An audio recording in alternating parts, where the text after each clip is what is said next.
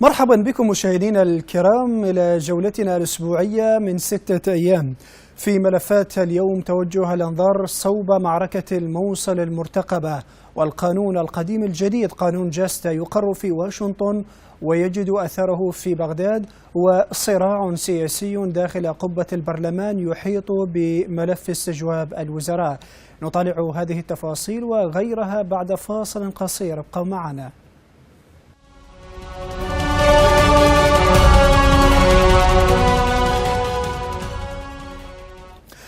مرحبا بكم من جديد. وسط ترقب وتساؤلات حول البدء بمعركة تحرير الموصل، رئيس الوزراء العراقي حيدر العبادي يعلن خلال مؤتمر صحفي قرب موعد انطلاق المعركة بمشاركة جهود دولية بقيادة الولايات المتحدة الأمريكية.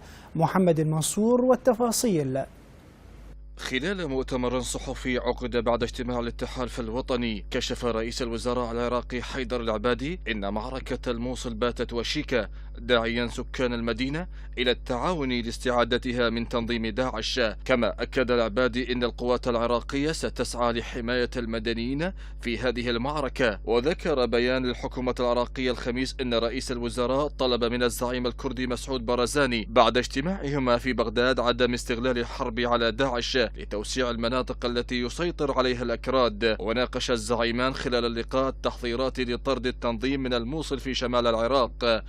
ويتوقع أن تشارك قوات البيشمركة الكردية في الهجوم على المدينة التي يود العبادي استعادتها هذا العام بدعم من التحالف بقيادة الولايات المتحدة، حيث ستشارك قوات أمريكية إضافية إلى العراق لتحضير لمعركة الموصل، حيث تقترب القوات العراقية والدولية من انتهاء الاستعدادات لبدء بمعركة الموصل المنتظرة. ووصلت في الجانب العراقي إمدادات عسكرية من الجيش إلى ناحية الكوير التابعة لقضاء مخمور لمساندة قوات البيشمركة الكردية المتمركزة في تلك المنطقة في المعركة.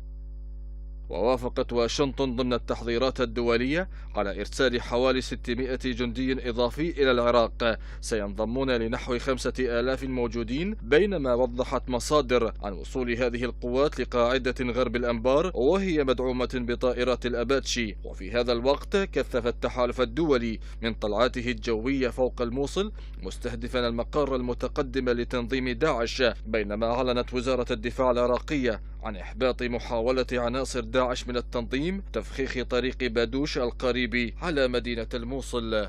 محمد المنصور، قناة ديوان.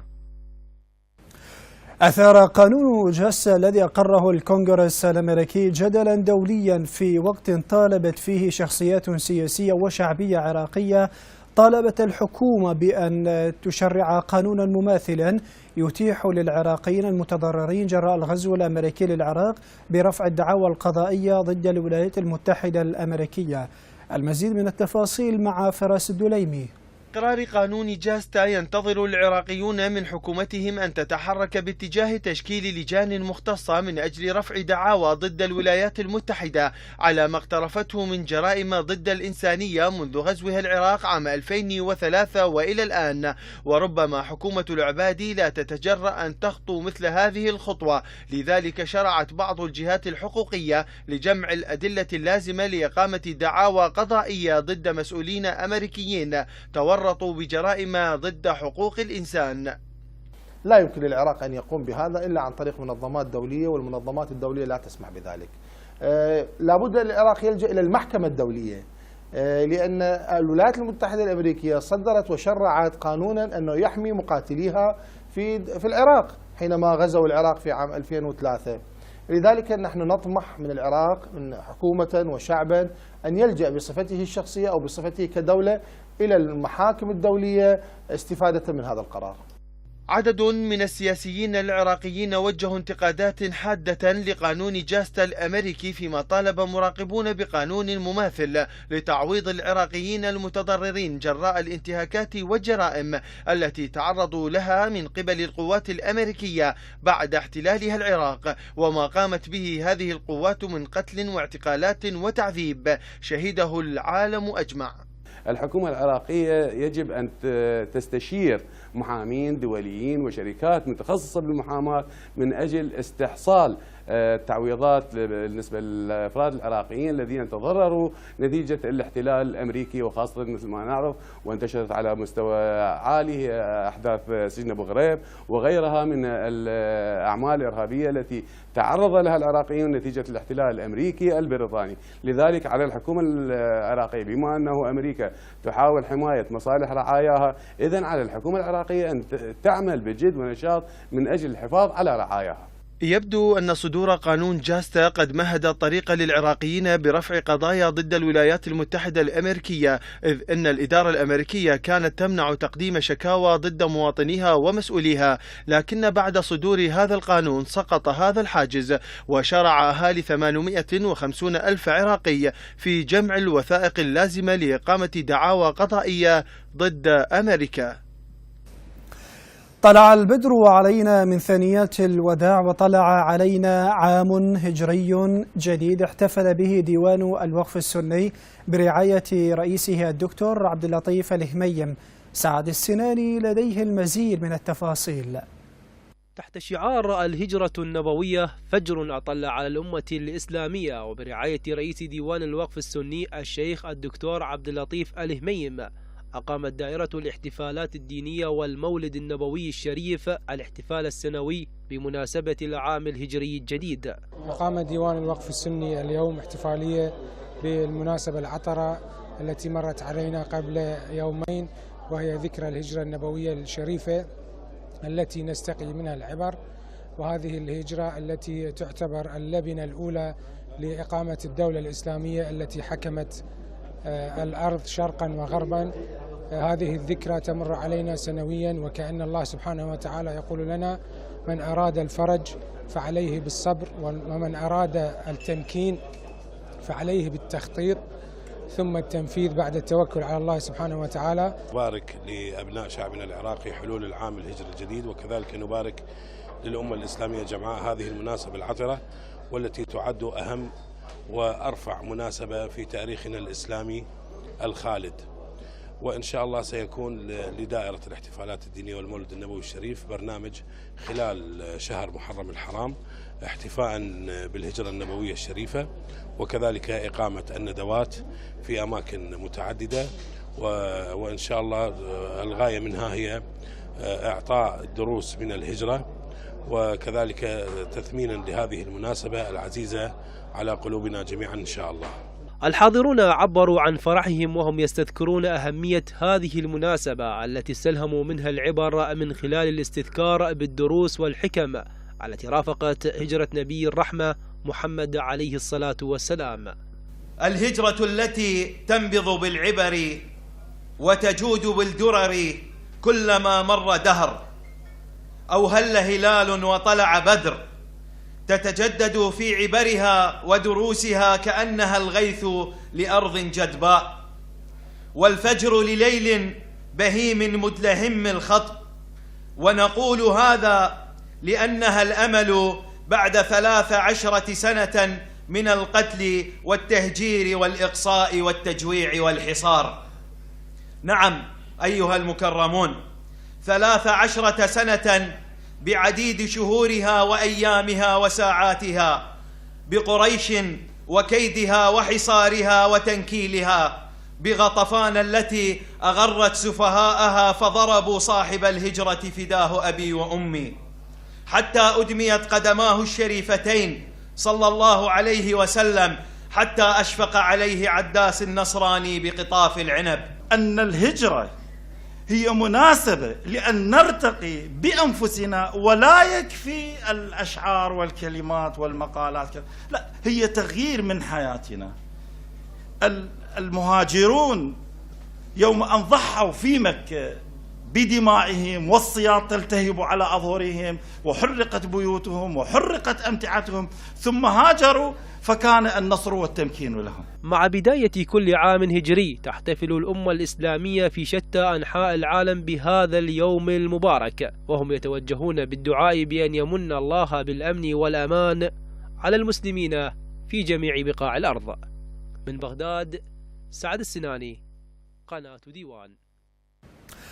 الأزمات المتتالية وانعدام الفواصل الزمنية بينها أرهقت كاهل المواطن العراقي الذي لم يعد يستطيع التحمل بعد، وآخرها الأزمة الدبلوماسية مع تركيا والتي تشهد تصعيدا سياسيا حادا وحربا إعلامية. المزيد من التفاصيل مع سماح محمد. يبدو أن العراق أصبح من البلدان التي ما أن تخرج من أزمة بالترحيل أو التدوير أو انصاف الحلول حتى ترمى بأحضان أخرى، فالأزمات الأمنية والاقتصادية والتغيير المستمر للوزراء وآخرها مواجهة العراق لداعش الإرهابي التي تحتاج لأجواء سياسية ملائمة لتظهر على الساحة أزمة التدخلات الخارجية في شؤون البلاد، وكأن العراق ينقصه أزمات. نحن نطمح من الساسة العراقيين ومن البرلمان العراقي أن يضعوا حد لهذا التدخل من كل الاتجاهات، ويجب أن تكون للسيادة العراقية سيادة رصينة، وأن يدير العراق شؤونه بنفسه بدون تدخل خارجي، بل تكون علاقات صداقة حميمة بين الدول المجاورة والدول الصديقة، وليس التدخل بالشأن العراقي الداخلي. هذا التدخل مرفوض رفضا قاطعا لدى كل الدول وكل الكيانات اللي موجودة على المستوى العراقي وعلى مستوى التعامل الدولي. أزمة دبلوماسية بين العراق وتركيا ظهرت بوادرها هذه الأيام على خلفية قرار أنقرة تمديد بقاء القوات التركية على الأراضي العراقية والسورية، لتستدعي تركيا السفير العراقي لديها احتجاجا على قرار مجلس النواب العراقي برفض تواجد القوات التركية على أراضيه، واصفا إياها بالمحتلة، ما دفع بغداد أيضا إلى استدعاء السفير التركي بعد تأجج الخلافات الدبلوماسية بين البلدين. في رأينا أي تدخل خارجي وأكيد يضر بالسياسة الداخلية للبلد، بس الأتراك أحس أنه تجاوز يعني أكثر من الزايد. يعني يفترض أنه كدولة لها سيادة يقدر أنه يستدعي السفير حتى يشعروا بأنه هذا المسألة فيها تجاوز على السيادة العراقية. هذا جدا يعني قرار سليم أنا أعتبره. أنقرة لم تكتفي باستدعاء السفير العراقي لديها، بل صرحت بتصريحات خطيرة بأن قرار مجلس النواب العراقي حامل اتهامات باطلة لتركيا. أما عن وزارة الخارجية العراقية التي ردت من جانبها على أن أسباب استدعاء السفير التركي بسبب تصريحات أنقرة الاستفزازية بشأن إبقاء قواتها في العراق، معربة عن رفضها للتدخلات السافرة في الشأن الداخلي العراقي وتجاوزها لمبادئ العلاقات الثنائية وحسن الجوار. هذا ويبقى الشارع العراقي مترقبا لما ستؤول إليه الأوضاع بين البلدين الشقيقين. لقناة ديوان الفضائية من بغداد، سماح محمد. كلمة لرئيس الوزراء العراقي حيدر العبادي موجهة إلى أهالي الموصل مع اقتراب معركة التحرير، تزامنا مع مبادرة رئيس ديوان الوقف السني عبد اللطيف الهميم بتشكيل خلية أزمة كبرى لإغاثة النازحين. محمد المنصور والتفاصيل.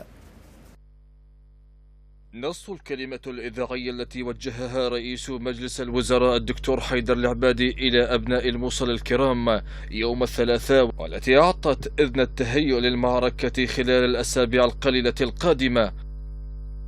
يا أبناء الموصل الكرام، إخوتي أخواتي في كل بيت من بيوت نينوى العزيزة، ها نحن اليوم قريبون منكم وأنتم قريبون منا، والنصر قريب بعون الله.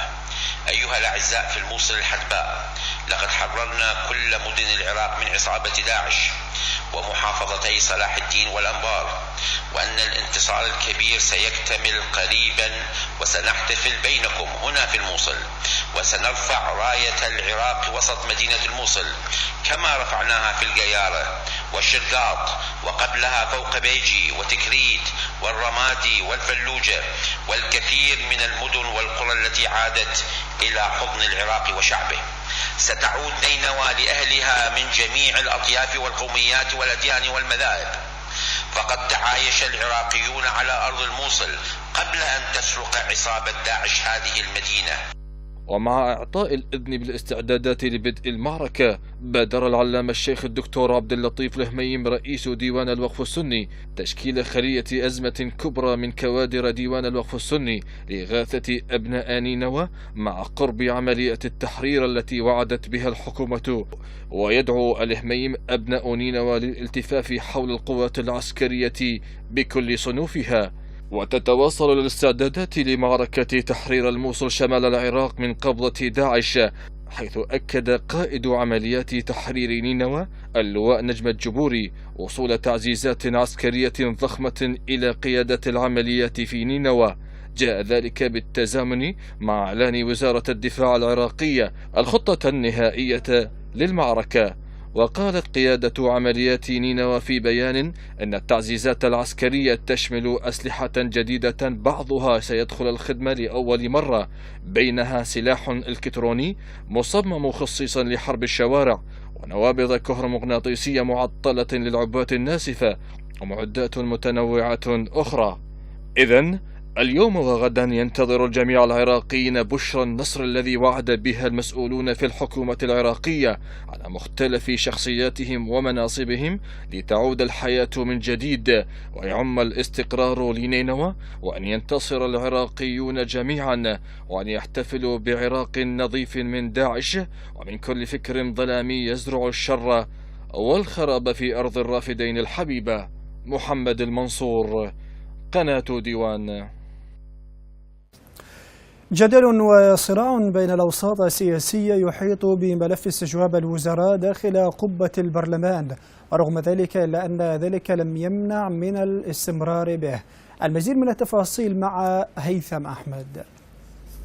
أدخلت الاستجوابات النيابية الأخيرة الكتل السياسية في سجل كبير وصراعات مستمرة على خلفية إدانة مسؤوليها الحكوميين، لكن ذلك لم يمنع من تحضير ملفات جديدة لاستجواب وزراء جدد في حكومة العباد بقضايا فساد مالي وإداري، لتبدأ بعد ذلك الصفقات السياسية على إلغاء وغلق ملفات المستجوبين باستمرار عملهم الحكومي. عملية سياسية تمر بمفترق طرق. هناك اليوم كتلة أو جبهة تسمى جبهة الإصلاح، ولكن هي في واقعية هي دافع كتلة معينة حقيقة لها مصالح معينة تريد المضي بهذه الاستجوابات للنيل من حكومة العبادي، وحقيقة كسب الوقت خاصة إذا لم تكن تريده الآن في الانتخابات المقبلة.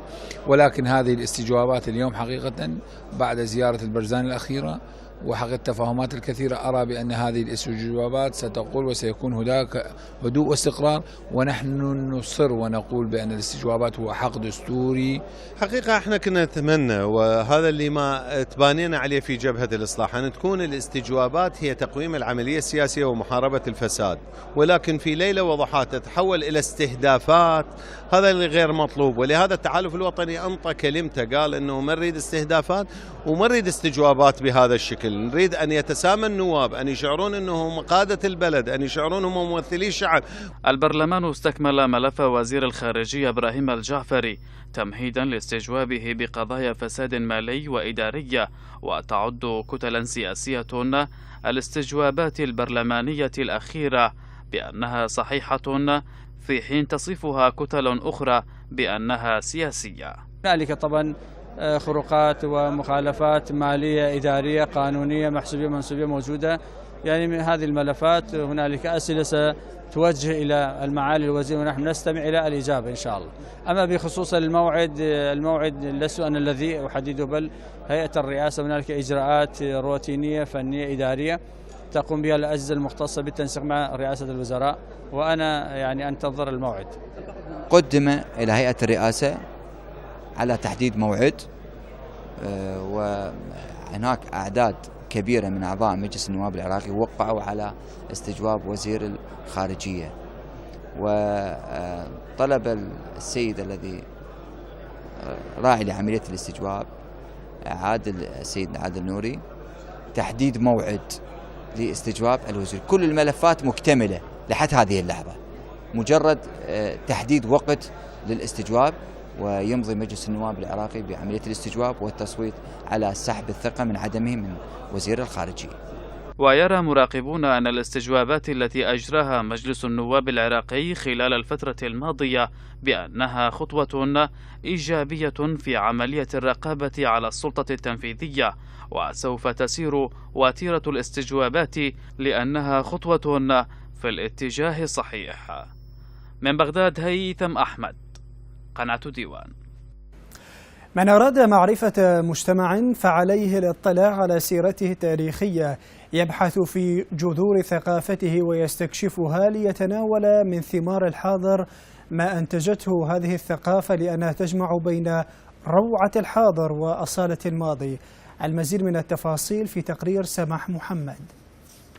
الثقافة بمعناها مجموعة من المعارف والبهارات الفكرية والفنية التي يكسبها الفرد لتؤهله لخوض معترك الحياة، لذا هي ملازمة له، فهي مرآة المجتمع ومنها يقاس درجة تقدمه وتطوره. فأي تغيير سياسي يحدث لا يكون أحاديا إلا والعمق الثقافي كان ملازما له. أما عن ثقافتنا العراقية التي باتت اليوم في حال يرثى له في ظل التقدم الحاصل ووقوف الجهات المعنية موقف المتفرج ومحاولاتها الخجولة جدا لإنعاشها، باتت لا تفي بالغرض. هي وزارة الثقافة هي معنية بإنعاش المشهد الثقافي العراقي من كل الجوانب. طبعا نحن اليوم نتحدث عن الفن التشكيلي، بما أنه النشاط هو تشكيلي بحت ومشترك ما بين دار الثقافة والنشر الكردية وتدريسيي معهد الفنون الجميلة. لابد أن يكون هناك تلازم ما بين التراث والمعاصرة، يعني سواء في التشكيل أو في الموسيقى أو في كل أنواع الأدب أو الفنون الأخرى. يعني لا يمكن تخلي عن التراث، في نفس الوقت لا يمكن تخلي عن المعاصرة. يعني تقديم التراث العراقي بنظرة جديدة ومعاصرة هو هدفنا. احنا نريد نفعل ونشجع الكوادر العظيمة الموجودة بالعراق. نتيجة الظروف اللي مرت علينا، يعني حتى الثقافة مالتنا تأثرت بالشارع وتأثير كلش قوي، بس احنا اليوم بدنا نشوف يعني فنانين يبدعون أكثر وأكثر، إن شاء الله يتوصلون إلى مبتغاهم. الحركة الثقافية في كل المجتمعات تعكس المستوى الحضاري والتقدم الذي يحرزه مجتمع ما خلال مسيرته التاريخية، فهي تجمع ما بين أصالة الماضي وعبق الحاضر. فنانون وأكاديميون عزوا أسباب تراجع الفن العراقي بكافة صنوفه وأشكاله، وعدم الاهتمام بالمبدع العراقي هي بسبب الأزمة المالية التي تمر بها البلاد، بالإضافة إلى الثقافات الدخيلة التي بدت تغزو المجتمع العراقي. طبعا الثقافة العراقية يعني حالها حال كل ثقافات العالم، تمر بأطوار وتمر بعصور وتمر بتقلبات وبانحرافات. الآن كلها يعني أكثر الأحيان هي محاولات شخصية فردية، هذه ما تصنع يعني لا ترسم صورة الثقافة العراقية. الدولة في محاولة لصناعة شكل ثقافي جديد متطور، يعني لكن الزمن هو كفيل بأن الأشياء إلى أين تصل. نحن نسعى والباقي على الله. دور سيء جدا وليس له أي حضور، حتى عندما صار مهرجان بغداد عاصمة الثقافة لم نشهد أي حضور حقيقي. فهي الآن وزارة الثقافة الآن تلعب دور سيء جدا، حتى لو انظمت 10 من هذه المعارض لا يوجد حضور حقيقي في الشارع. هو صاير تضييق للمكان، مكان يعني قصدي المجتمع الفني اللي هو منحصر أكثر شيء منحصر بالعاصمة بغداد، فما صاير توسع. أكيد يعني المحافظات الجنوبية مثلا صايرة بها قطيعة، إنه ماكو أي معارض، ماكو أي قاعات فنية، وإحنا جاي نحاول، إحنا فنانين حسب إمكانياتنا نحن نحاول نوصل لمجتمعنا اللي نعيش فيه أو البيئة اللي نعيش فيها. تحقيق المشروع الثقافي لا يتم إلا ببرنامج يحوي لقاءات مشتركة وندوات تدريبية وحوارات وكتابات نقدية تشمل كل الجماعات والكيانات والنقابات والأفراد والمؤسسات الثقافية ومنظمات المجتمع المدني التي تضعها الجهات المعنية المتمثلة بوزارة الثقافة، وهذا لا يمنع من أن العاتق الأكبر يقع على المواطن الذي يتحمل مسؤولية كبيرة في الحفاظ على موروثه الثقافي. لقناة ديوان الفضائية من بغداد، سماح محمد. دور الإعلام الجديد في تشكيل الرأي العام عنوان ندوة حوارية وفكرية أقامها معهد الدراسات والبحوث في وزارة الثقافة، حضرتها شخصيات ثقافية وعلمية كبيرة. سرمد القيسي حضر الندوة وعد لنا هذا التقرير.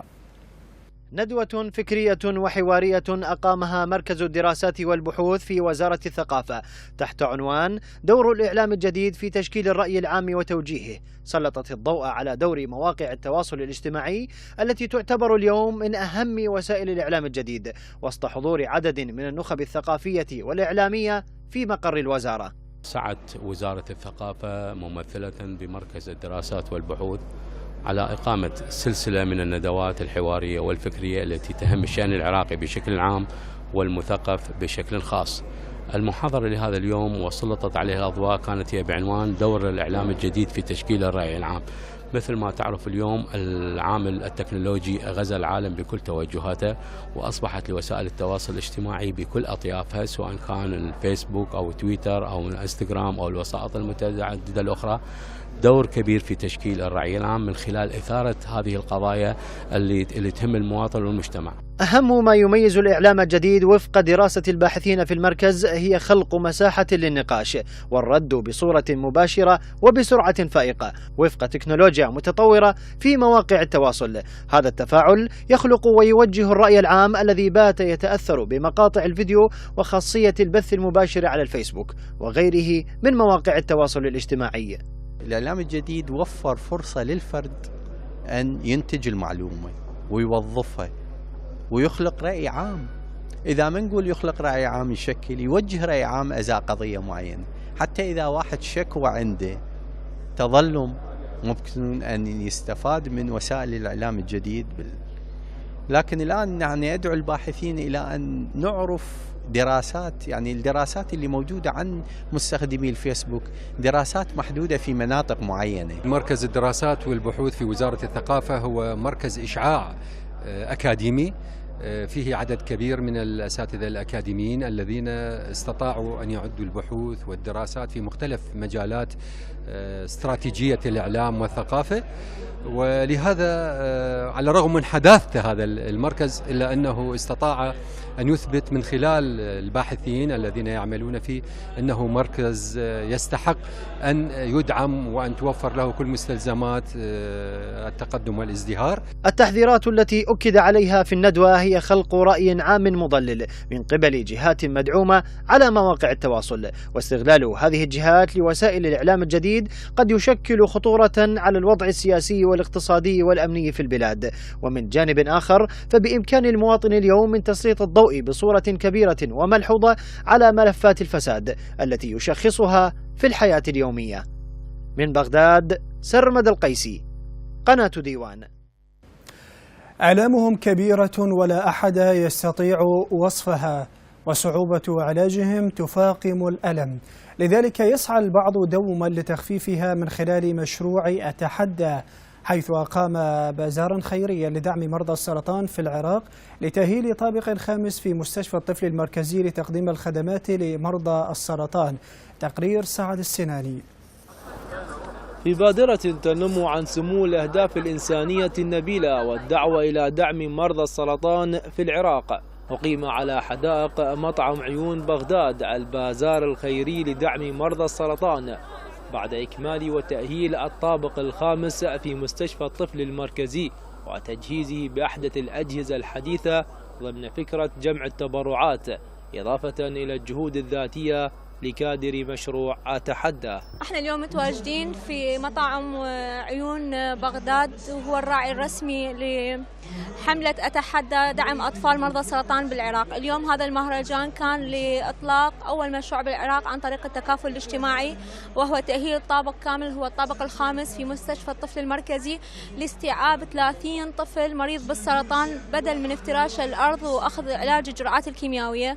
وقدرنا الحمد لله من شهر رمضان لحد قبل يومين عنا يعني الافتتاح الكامل عن هذا الطابق بكلفة 125 مليون دينار عراقي. من نشوف انه اكو نيات صادقة، اكو رغبة في تجاوز قيود الواقع، قيود الواقع الاقتصادي، قيود الواقع الاجتماعي، انطلاق، حماس، شباب حتى اللي ما عنده شيء يقدمه ماديا اجى بشغل ايده، فشيء يدعو للفخر بكل معنى الكلمة، وصورة معبرة عن الانسان العراقي المعطاء والصامد والمخلص في كل الظروف. بداية قالوا انه المشروع قد يكون طموح واكثر من امكانياتنا، احنا راح نمشي ونشوف.